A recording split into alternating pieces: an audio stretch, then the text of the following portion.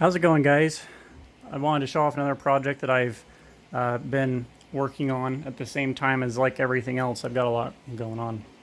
I should probably try and narrow it down a little bit.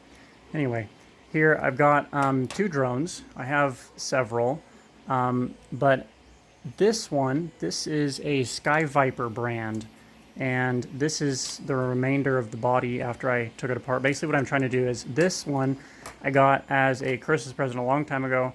I wasn't able to use it anymore because the pinion gear that goes on these motors, here I have all the motors out of it right now. These are all DC brushed motors, so they're not the fancy brushless kinds that go on most like racing drones and stuff, but the pinion gears are the tiny ones that go on the end of these motors, and it's what turns the gear that the propeller is on. So the pinion gear was worn out on this one, and so I could not fly it anymore, and the teeth didn't match up with anything I could find online. It was kind of just a sad situation. Anyway, I couldn't repair it, at least last I checked. And this is a drone that I found, honestly, I just found it on the side of a mountain while I was in Provo, Utah. And it looked like it had been sitting there for a while, so I picked it up and took it.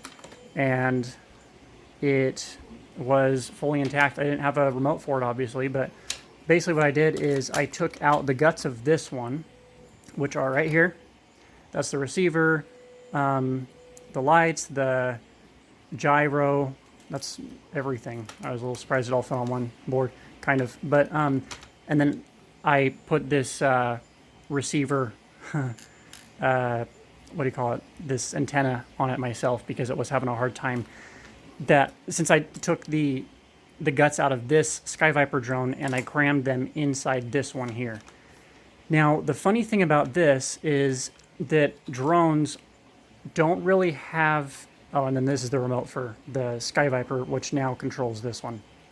So drones don't really have a standard yet of, I guess, like what's better, because they're still kind of in the early stages of being built for the public, I guess, for public use. So the funny thing is that the motors in this versus this, let's see, this one literally holds the motors upside down. Great, screws falling out all over the place. I'm going to set that over there so I don't lose it.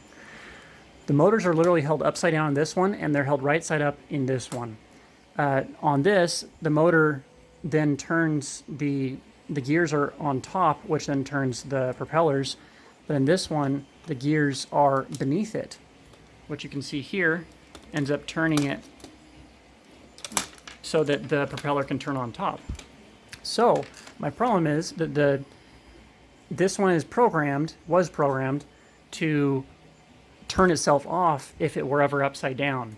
I guess that's just so you don't set it down on the ground and it doesn't start chopping stuff with its propellers. But the problem with that is that this, nice, there's the whatever. So this one literally wants to be upside down in order to even turn on and start. So now what I'm facing is I'm 3D printing some propellers so they'll be the opposite direction of what these are. You can turn them, but because of fluid dynamics, how it works is it just won't provide the right amount of lift. It doesn't quite work just like a corkscrew, like oh, what's his face? Leonardo da Vinci actually came up with the idea of a helicopter, and he envisioned it like a corkscrew, but he didn't understand fluid dynamics as well. So it has a curve on one side of the blade, which it's lacking on this side. So what I need to do is I need to basically print it upside down so that it'll fly literally just like this. It'll look kind of cool, I think, because it'll look like it's definitely not supposed to be flying that way. But this is a 3D printed propeller that I made. It's a little bit big, so I still need to measure it and change up some stuff. That's just one that I found on Thingiverse. So anyway, there's my big long story of what I'm doing with these drones, trying to cram everything into one functional drone. I guess that's what I do with laptops all day long. So, I don't know. It's just kind of the same idea. Anyway, thanks guys for watching. Make sure you hit a thumbs up and hit the subscribe button for future videos. And yeah, once again, thank you for watching, and we'll see you in the next one.